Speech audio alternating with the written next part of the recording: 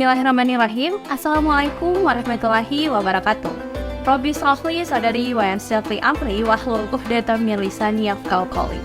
Segala puji bagi Allah yang telah memberikan kita nikmat kesehatan dan kesempatan sehingga kita masih dapat menyaksikan video ini yang insyaallah mubarakah.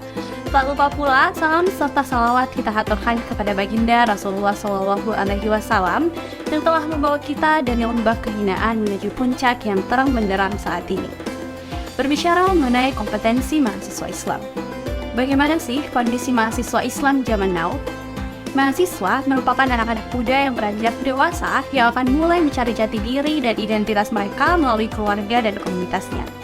Seringkali, mahasiswa juga terjebak dengan aturan orang tua yang kadang tidak selalu cocok diterapkan di era masyarakat modern saat ini.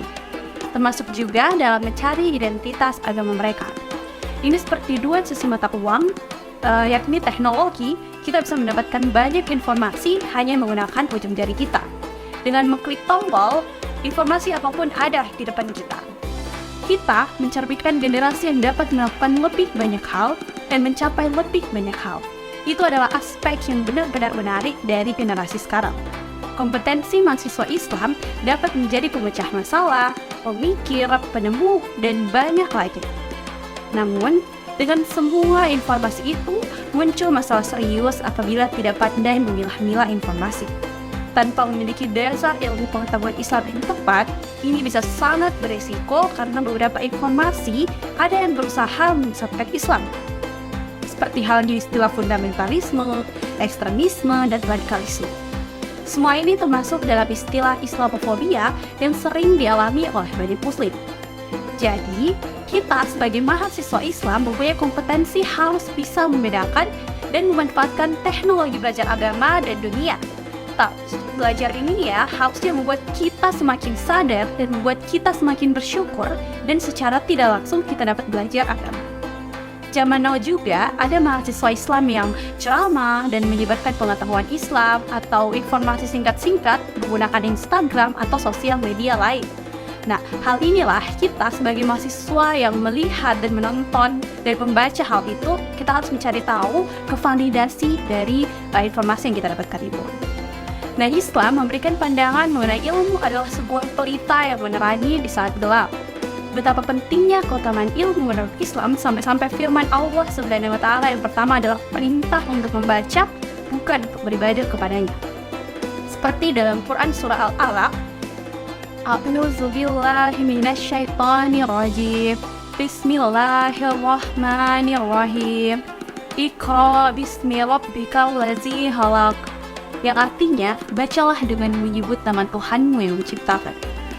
Wahyu yang paling pertama memang tidak secara gamblang memberikan perintah belajarlah, tapi bacalah. Namun, perintah itu merupakan perintah tersirat untuk belajar, karena membaca adalah cara yang paling sederhana dalam belajar.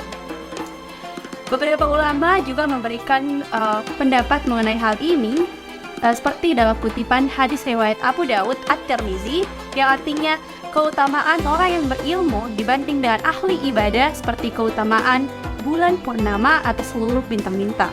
Sesungguhnya para ulama adalah pewaris para nabi. Sesungguhnya para nabi tidaklah mewariskan dinar dan dirham, tetapi mereka mewariskan ilmu. Barang siapa mampu mengambilnya, berarti dia telah mengambil keberuntungan yang banyak. Karena pentingnya posisi ilmu dalam kehidupan manusia, Allah sampai memberikan perintah bagi seluruh manusia tanpa pandang bulu, sebagaimana hadis Rasulullah SAW yang artinya mencari ilmu itu adalah kewajiban bagi setiap muslim laki-laki maupun muslim perempuan. Hadis riwayat Ibnu Abdil Bar. Dari hadis ini memberikan gambaran mengenai pentingnya menuntut ilmu bagi semua orang, tidak hanya kaum pria, tapi juga wanita. Dan dari hadis ini pula memberikan gambaran bahwa Islam tidak mendiskriminasi wanita dalam menuntut ilmu, seperti banyak tudingan yang dilontarkan golongan tertentu. Berbicara mengenai prestasi sebagai hasil belajar. Pertanyaan selanjutnya, apakah cukup ketika kita dikatakan berprestasi di mata manusia? Jawabannya pasti tidak. Sebagai seorang muslim yang kebetulan mahasiswa, tentunya berprestasi di hadapan Allah Sang Pencipta manusia dan berhasil meraih keridhoannya adalah dambaan dan tujuan semua muslim. Lalu bagaimana tips and trik jadi mahasiswa muslim berprestasi?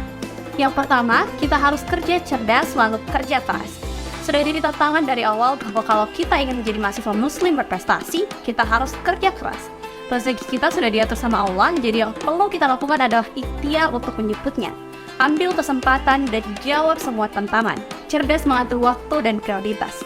Buat manajemen yang baik antara kuliah, organisasi, dan kapan mau ambil kesempatan berkompetisi. Manfaatkan semua akses informasi yang ada. Banyak sekali lomba-lomba nasional maupun internasional kalau kita mau mencari. Banyak juga kegiatan konferensi yang bisa kita ikuti. Lalu yang kedua adalah kerja tuntas, because you have to finish what you start. Tetapkan visimu sebagai prestasi apa yang kalian ingin kejar. Dan yang perlu dilakukan hanyalah tuntaskan sampai targetmu tercapai. Dan yang terakhir adalah kerja ikhlas. Inilah yang seharusnya membedakan antara mahasiswa muslim berprestasi dengan yang lain. Kerjakan semua ikhtiar kita untuk ikhlas kepada Allah. Jadi kalau berhasil, itu dapat menambah keimanan kita, dan kalaupun gagal, itu tidak akan ada wujud. Poin utama yang ingin saya sampaikan di sini, sesungguhnya kita semua mempunyai kompetensi mahasiswa Islami yang salah satunya adalah berprestasi. Tapi berprestasi itu bukan tujuan, tapi merupakan sarana untuk dapat memberikan manfaat sebanyak-banyaknya bagi masyarakat. Nah, yakin deh kalau kompetensi mahasiswa Islami kita sudah terbangun dari awal, insya Allah di dunia kerja menjadi dokter nantinya dan bermasyarakat ke depan nantinya akan sangat bermanfaat. So open your eyes, open your mind, and open your heart. Selamat menginvestasikan diri untuk dunia dan akhirat. Terakhir, selamat menantikan waktu berbuka puasa. Wassalamualaikum warahmatullahi wabarakatuh.